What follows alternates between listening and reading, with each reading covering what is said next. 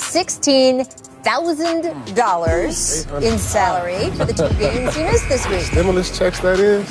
Now, sources telling our Adrian Wojnarowski Kyrie is expected to play against the Magic tomorrow. Steve Nash was asked about that in a press conference today.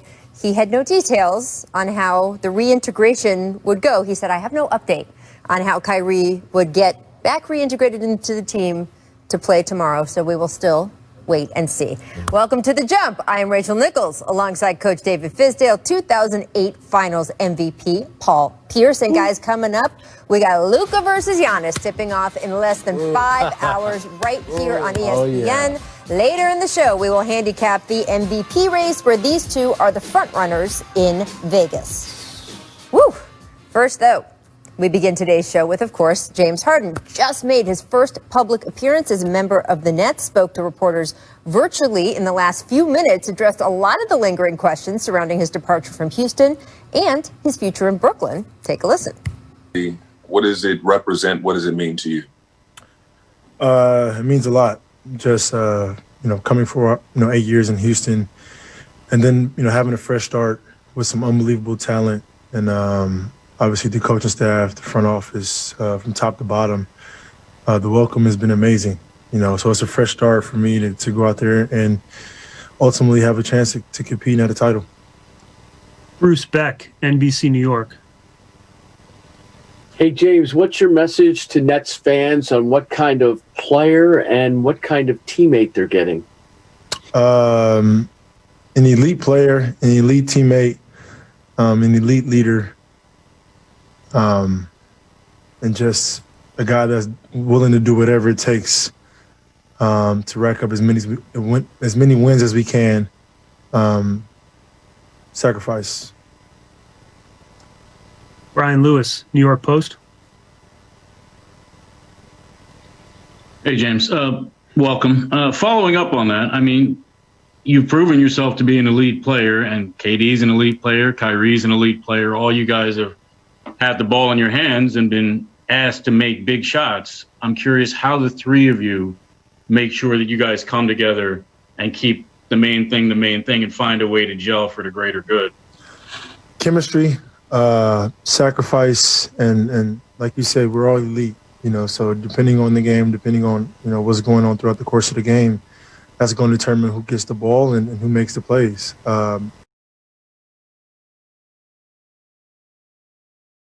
We're all unselfish, we're all willing passers, and we play basketball the right way, and that's all that matters. Otis Livingston, CBS New York. Hey, James, welcome to Brooklyn. From your post-game comments after the Lakers lost to what your teammates were saying about you as far as being disrespectful and also you being held out of practice until a trade was made, it got pretty ugly at the end of your tenure in Houston. Is there any part of you that regrets the way that it ended? I wasn't disrespectful to anyone. Those guys, I just got there, Houston. I've been there for a very long time. I've been through all the ups and downs, with that organization. And I wasn't disrespectful towards anyone. I just made a comment, that the team as a whole wasn't good enough to compete for a title. And, at the stage of my career, right where I am now, that's what I would love, And so I wasn't trying to be disrespectful to anybody, especially not to the organization. And like I said, I'm excited to be here in Brooklyn, and excited for a new start. But do you regret the way it ended, though? It's a place that you loved and you had so many highlights. Yeah, I regret because I'm not the type of guy to, I don't need the attention, especially the negative energy, the negative attention. Like, I've never been that guy. So there were some things I felt like out of my character, but the ultimate goal was to get somewhere where I can compete, and here I am in Brooklyn. I have nothing but love and respect for that organization, that city, and everything that they've done for me and my family. Much respect. Hey, James. First and foremost, welcome to Brooklyn. Thank you. I guess you would know better than any of us in this room that, winning a championship is not easy, right? There's 30 teams, of those 30, maybe 5 or 6 have real chances to win it. You've been part of those 5 or 6 for God knows how long since you've been in Houston. You've had multiple runs deep. You've had it with different players from Chris Paul, Russell Westbrook, Melo, Dwight. I'm just curious as to what gives you the confidence that this time around will be different and that this group can get it done. Obviously you got Kevin Durant and Kyrie Irving on the team. And then surrounded by those guys, you have really good pieces in DeAndre, Jeff, shooters, and Joe, Landry. You just look at this entire roster and it's built for any style of basketball you want. And then the coaching staff who, knows the game of basketball at a high level. You just add that all together and it's like, that's a legit chance right there. It was a no-brainer for me. Rachel Nichols, ESPN. Hey, James. Obviously, so many great players go without winning a title. There's guys in the Hall of Fame without winning a title. But how about you? How do you see your career in terms of how important it is to actually win that title, to complete what you want to do in basketball? It's not a guarantee that me coming to Brooklyn is, guaranteeing a title, Rachel. But I think for me, giving myself a chance is very, very important. At younger,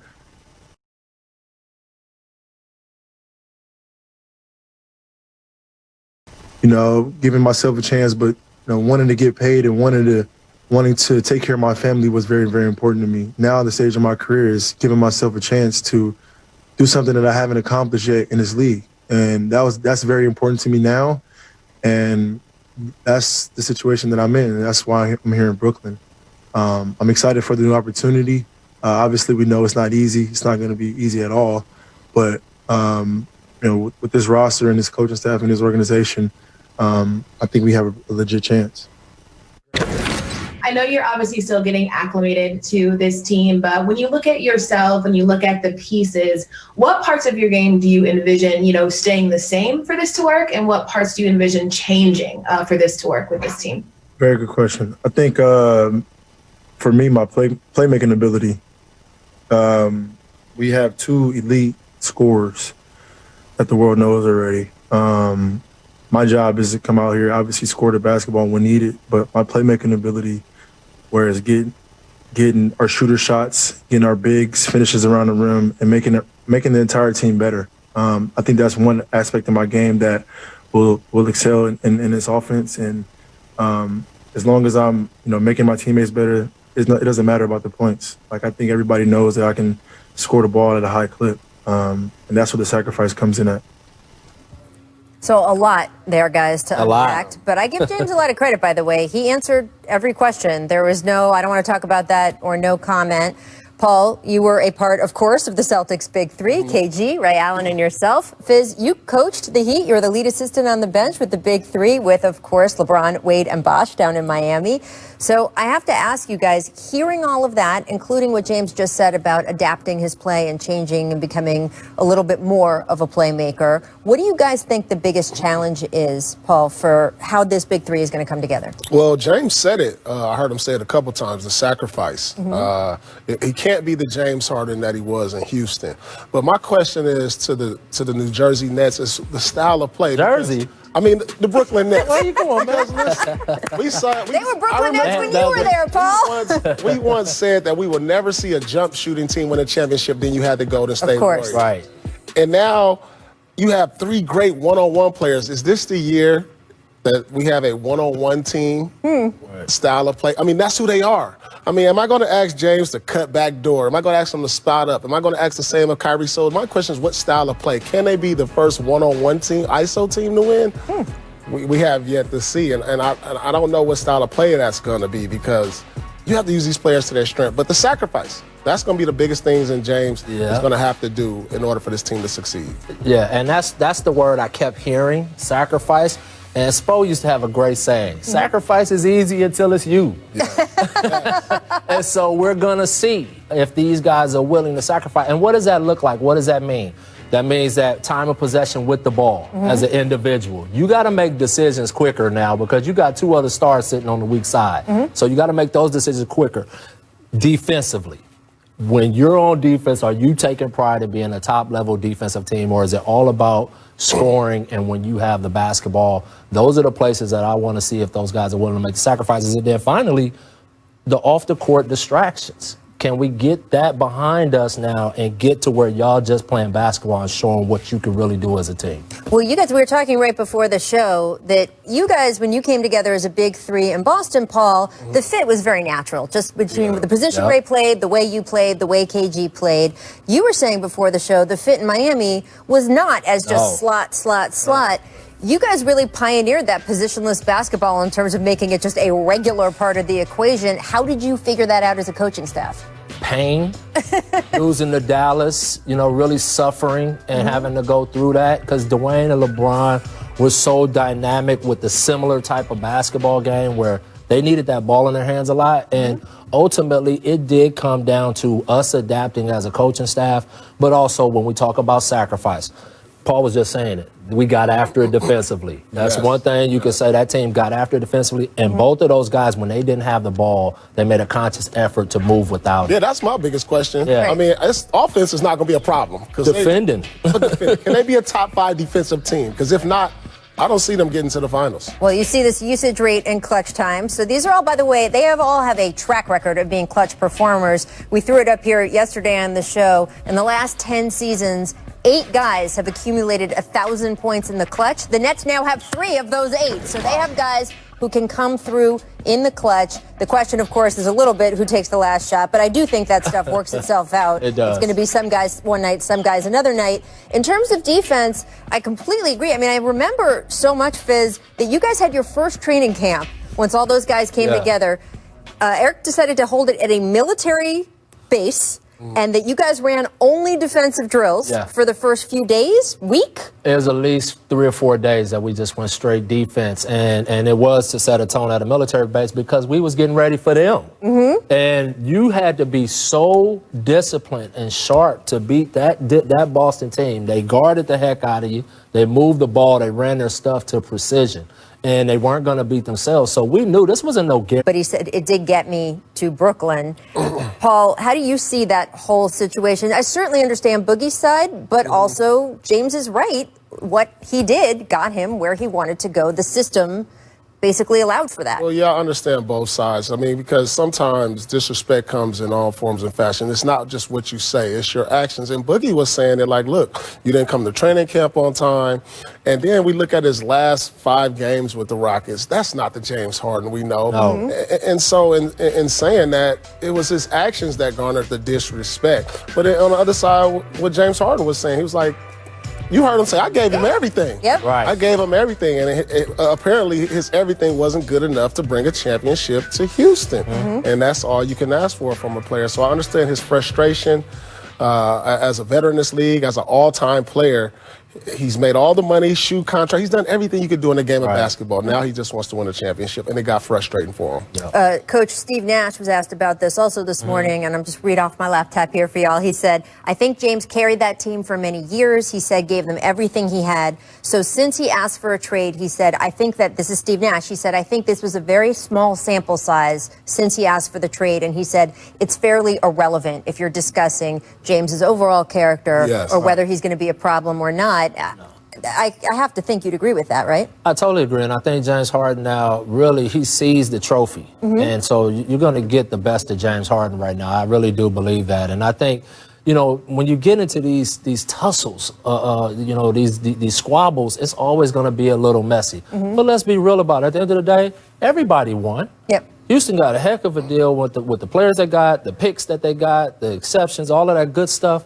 And Brooklyn got a hell of an all-time player like he talked about on both sides. In any situation, do we expect a relationship breakup to be smooth all the time? I can't remember one. That's just the way it is. It happens, but it is certainly unusual. And Paul, I would like to say that Brooklyn has now given away pretty much the same, the whole that just compared to your trade, but they gave away for you. Maybe that wipes some of that slate clean as well. All right, guys, before we go, the NBA just announced 2 more Wizards games have had to be postponed. This is, of course, because of ongoing contact tracing within the team. They do not have the league-required 8 available players to proceed with scheduled games against the Cavaliers this Sunday and Monday, so we'll keep an eye on that. All right, guys, stick with us. You're lowering those turnovers, and now you're stealing balls. Yeah, I mean, Mike Miller always said I'm a cookie monster, and I'm going to steal that from him, so I'm a cookie monster. Maybe I'm not that good defensively, but I'm a cookie monster. Get those hands in the cookie jar, make carbs. Jokic had 7 steals the other day against Brooklyn, 3 more last night versus the Warriors. So, Fizz, you and I, neither one of us like that new Big Honey nickname for Joker. But what about the Cookie Monster? That could be okay. I mean, he can call himself whatever he wants, but at the end of the day, he is our Joker. That's what the bottom line is. But I tell you what, it's good seeing him use other things to help his team win defensively. I like him in the blue unis. Come on, Cookie Monster works, Paul. I'm stuck on the Joker. Yeah, our Joker is perfect. All right, we're all no on Big Honey, though. I'm just saying. No. There we go. Miss Intimidation. We're staying in Denver. James Wiseman climbs Mount Bo. Paul, is that twice? What's going on, Bo? All right, so starting to get some minutes, and he already got postered twice. Look, though. Here's the Neek dunk. Oh, yeah, I remember that. Right? Hey, that's what comes with being over 7 feet. People gonna go after you. Yes, they are. Bo, welcome to the league, Bo. Come on, Bo. Happened to Dad? Woo! Boom. Hey, Perkins say it all the time. That come with it. I'm gonna go out there and try to block stuff, and that come with it. So you can't be mad, Bo. Keep going after it. He'll block more than he gets. Make back scratches. This is the most exciting thing in the show today. I'm just saying. Hornets, Raptors, LaMelo finding Miles Bridges. Oh, my. Packs it over Chris Boucher. Oh, okay, that's somebody else. I thought that was Bo again. Okay, two-handed posterizations. They're better than one-handers, right? Absolutely. Ooh. You know, Nick. What is Larry Bird? Come on, Bird. Oh, Shaq. No, take it easy on Chris Dudley. Sorry, Chris Dudley. Chris Dudley ain't having it, though. JR. Oh, my. Yeah, that was pretty good. At least he didn't push. And the dime was nice, too. This kid, ball is serious business. But Bridges, that's a nice dunk. Over the top. I like it. I like one-handers myself, though. I like really? Yeah, I like the lean. 2 hands is just mean. Make Duffies, as in duffel bag. Okay, staying in Tampa. Watch this combo and finish from Scary Terry. Ooh, and finish? Oh, my gosh, Scary Terry. The man is in his bag. Are you more impressed with the move or the finger roll? The finger roll. Look at that. He threw up a prayer with the left and it went in. I'm not sure he can duplicate that the rest of his career. Yeah, he can do the move, but the finger roll is definitely more impressive. Nice, though. Hey, skill versus opportunity equals luck. They got some guards over there. Hard work and opportunity. For all the postponements, for all the complications of this season, there have been, I would say, there's some great basketball moments every night they have played so far this year. A lot of highlights. It feels nice. Let me tell you something. Charlotte is my favorite team to watch right now. They're our League Pass team on the jump. They got guards, man. All right, let's run it back to the filthiest dribble combos ever. Honorable mention, because it wasn't in a normal game. Kyrie on Brandon Knight, 2013 Rising Stars game. This was in the All-Star game. I remember that. Look at KD clapping for his future bestie. Just so you know, I coached that game. We got our butt kicked. Oh, I'm so sorry, Fizz. Yeah. That's all right, B-Night. I mean, we'd still show the highlight. I just would have apologized. It's all right. It's all right, B-Night. Chris Paul got to be here. Number 5, CP3 in fact on Anthony Carter. 2008. Woo. Oh, come on. Where'd he go? Hornets DNA. Where did he go? What the kids say now? Get over here. Is that what they say? Come on, see. Mortal Kombat. Number 4. You knew Steph was going to make this one too. Oh, this was just fun. Yeah, this was like a big. This is like the big kid dribbling around with the little kids. He just went through the traffic. Some Globetrotter stuff. That's like what the players do at the camp versus the little kids. Yeah, that's what I'm saying. It reminds me of the dribble game. Like, I need y'all to come guard. 3 kids come guard. And you just dribbling around.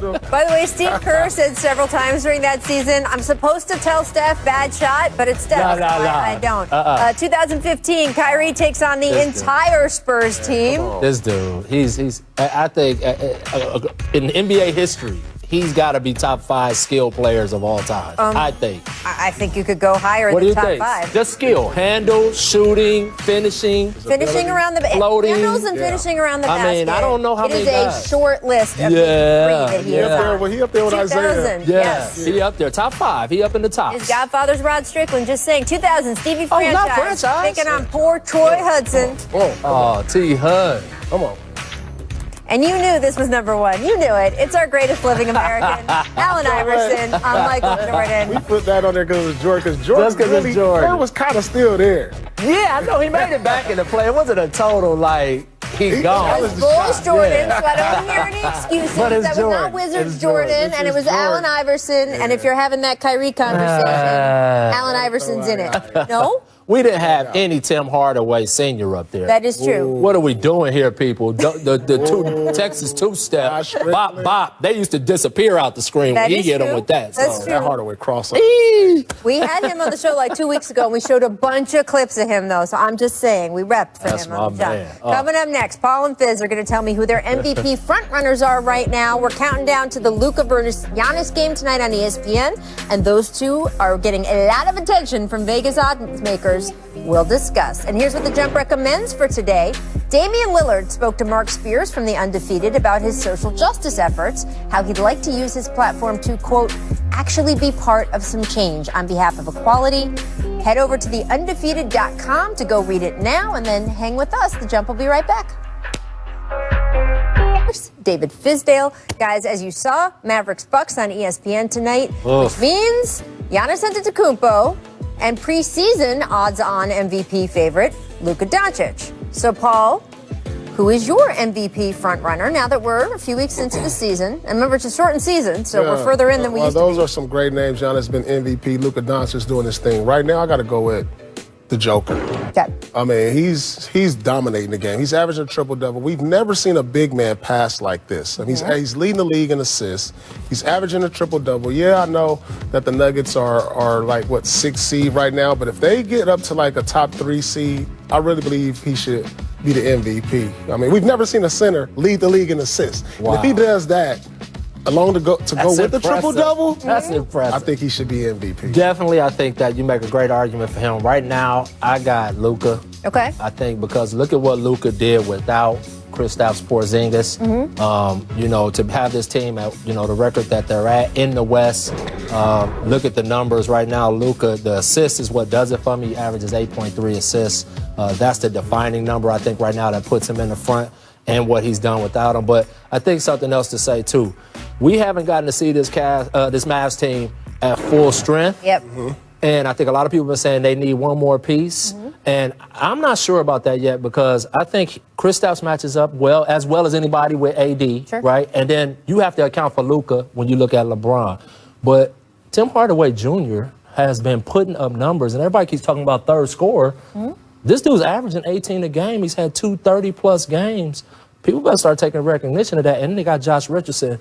I think Luka and them, if they could stay healthy. I mean, it's part of why tonight's Bucks matchup is so interesting, right? Interesting, Because you got a very good team that they're going to have to square off against. I would just throw in there Joel Embiid into the mix right now, off to a great start.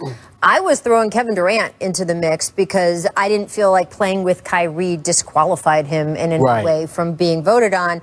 I do wonder if voters would reward Kevin Durant, even if he ends up having a great season, because now Harden is there also. We saw with the Golden State group, voters just didn't want to reward one of those guys because they felt they were getting enough help from the other guys. I'm not saying that that's the right way to go. Maybe Kevin will distinguish himself as the real MVP, besides Wanda, by the end of this season. But I would throw Embiid in there and let's see what happens with him. And you made the good point about our Heat team. LeBron won MVP with D-Wade that's right. and Chris Bosh on the roster. So it's very possible. It can happen. Yeah. Let's talk about the late game. The Pelicans facing the Lakers. Zion Williamson, he struggled with injuries, of course, minutes restrictions last season, but the Pelicans have lifted those minutes restrictions. Where do you think Zion is right now in terms of his development? Is he on schedule? Are you asking Paul? I'm asking Mr. Pierce. Yeah. What you got? I mean, you're in your second year. You averaging 21 a night. Your team is going to be in contention for playoffs, and there's no denying his impact and excitement, the excitement he brings to the city of New Orleans. He's right on the right path going toward where he needs to be, and I think he will be an all-star this year. Yeah, and if I'm going to be the coach and nitpick him a little bit, Zion Williamson, come on, man, you got to average double-digit rebounds. Okay. He has to. He's a beast on the glass. He's only 6'3", though. He's only 6'3". Oh, man. Shoulders are 6'3". Other short people, although me being short is a foot shorter than Zion. I mean, you got to think Stan's on him, though, about Absolutely. Right? You already know. Stan is coaching the heck out of this guy. He's going to make him a complete basketball player.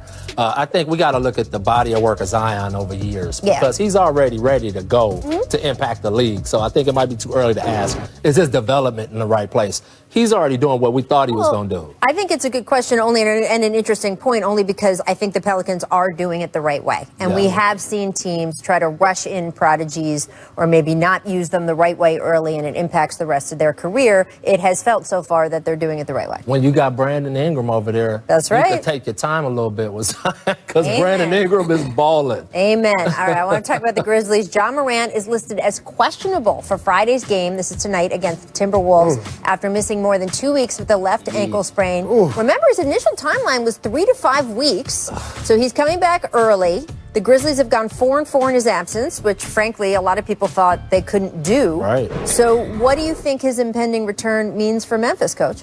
Oh, it's huge, especially the fact that they've held the fort without him. 4-4 in the West, young team, really holding it down, keeping themselves relevant. And we know what he is. This guy is dynamite. When he's one of the guys I would pay to go see. He is electric. And so getting him back and you held the fort down, I think it built a lot of confidence in everyone else. That's a good point. Too. And now he's coming back healthy, ready to go. I think that's really going to elevate them. And give credit to the coaching staff. Coach Jenkins has done a great job with his staff of getting these guys to commit defensively. They turn you over. They're second in the league in assists, I think, somewhere up in the top 5. They move the ball. And so they're building the right habits to be a team to worry about for the future. Yeah, we all know it doesn't matter how well coached you are. You can't win without your stars. You got to have horses. I mean, yeah, they went 4-4, but we all know you need short body. You guys want a shot at the playoffs, but I was really impressed with how they held down the fort, going 4-4. And like you said, he's actually my favorite player in the league to watch today. I mean, just the energy, the excitement he brings. He's a superstar in the making. If he can stay healthy, hopefully he can guide this team to an eighth seed that they had in their hands before the bubble. And like so many of the young stars in our league, just such a good, thoughtful kid off the court, too. So really lucky for Memphis to have him. Coming up, you heard the bell. You heard the bell? I hear the bell. There you go. I'm prescient. Look at that. Means we're playing another edition of the Stat Market. Nikola Jokic currently averaging a triple-double, as Paul noted. We're going to ask if you buy or sell. He can do that for the rest of the season. Stick around. See how you answer our questions, how they match up with Paul and Fitz. Opening bell, meaning the stat market is open for the day. We give you the stats. You buy or sell whether you think those trends will continue. So first up is Joel Embiid, shooting a career-high 54% from the field this season. It's kind of surprising he's never shot 50% from the field in his career. Yeah, that's shocking. Right? I would have never guessed that. So, Paul, do you buy or sell Embiid finishing above 50% this season? I'm buying it. He looks like he's in the best shape of his life. He hired a nutritionist. He is out here balling and should be in the MVP conversation. Yes, Joel Embiid surprisingly should be over 50% for a career, but I truly believe he will this year. Surprisingly, Joel, when I see you, and now that I know that, I'm going to be on you, brother. You cannot be that dominant of a scorer shooting in the 40 percentile. I'm sorry. I'm not having it. So he better stay above 50 this year. Doc, call me if you need me, because I'll come out there and get after him. This dude is a monster. And he's got the skill level. Obviously. Yeah, there's no reason he shouldn't get that for the rest of his career, be over the top of 50% with that kind of skill set and that ability. Now, I know he shoots threes and mixes up his game and stuff like that. But still, even with that being said, he should be a higher percentage player from that. That was surprising. Well, he is very now. surprising. He is now, and he does have the best quote of all time about shooting. He said that when he was growing up very far from the NBA and wanted to learn how to shoot better and shoot from more distance, he said that he went to YouTube and put in white guys shooting threes. And that he just learned from there, even though he wasn't getting the game on a day-to-day basis. So. There you go. Next up, Nikola Jokic, who is currently averaging a triple-double. Only Russell Westbrook and Oscar Robertson have ever done that over a full season. But as we discussed in the last segment, game never seen a guy quite like Jokic. So do you buy or sell, Coach, Jokic averaging a triple-double? I'm buying it because I want to see it. Okay. You changed your answer here. I changed my answer because I think it's so hard, especially for a big, but he's just not normal. Right. He's not normal, and I just have to accept that this guy is special. The way he moves the ball, the way he sees the game. Look at the placement of his passes. LeBron is one of the only few guys that I've seen in my life put the ball right there. Mm-hmm. He always puts the ball right there from a timing standpoint. The scoring and the rebounding is going to be there. Can you keep the assists at that level? And I just think this will be awesome if he pulls it off, so I am buying it. Look how much higher his pace is than Wilt, though. Right, sign me up. Yeah? I'm buying. You're in. When I look at these, look at the way he causes so much attention when he gets the ball. If you notice that every time he got the ball in the post, he got double teamed. He got guys cutting. He has shooters. Then what's the most surprising thing is his ability to get the rebound and push it. You know, for a center and make plays, because there's no other center in the league right now that can do that. That you can get the rebound, push it full court, and give you the pass right on the dime for a layup.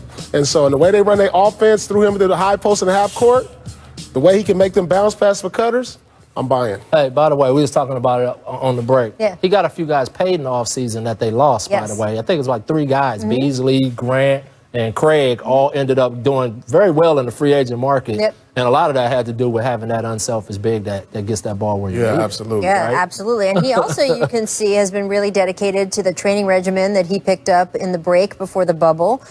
He's now walking around telling other people on the team, he told Tim Conley, he said, you can't eat peanut butter and jelly sandwiches with too much sugar. That's bad for you, which is pretty amazing. I think if you're Michael Malone, you're pretty excited to hear that he's the one who's monitoring other people's eating habits. Lastly, New York Knicks, they're relying on their young guys at the moment. Fizz, obviously you are intimately familiar with this roster. RJ Barrett leading the league with almost 38 minutes per game. His teammate Julius Randle third with 37 minutes a night. Do you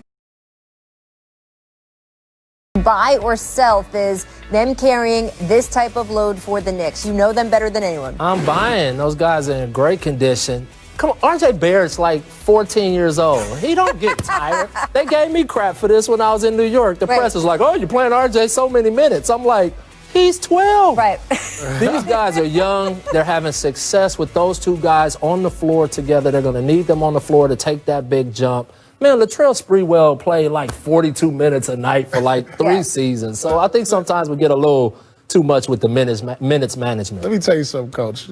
These minutes have nothing to do with their conditioning. Right. They're going to average these minutes because of Coach Tibbs. He's going to get out. Right, but will their conditioning allow them to? Yeah, they will. Listen, these guys that did conditioning tests. He wouldn't sub nobody out. No, he's playing 7. But you know what? Here's an important point, I think, Paul, that's important. For them to make this jump that they want to make, they're not planning to get to the end of June like the finals. They're trying to get into the playoffs, and so for them to make that jump, he's going to play his best. Yeah, so it's not like he's wearing them out for June. Right. So he's going to play them out to get that team to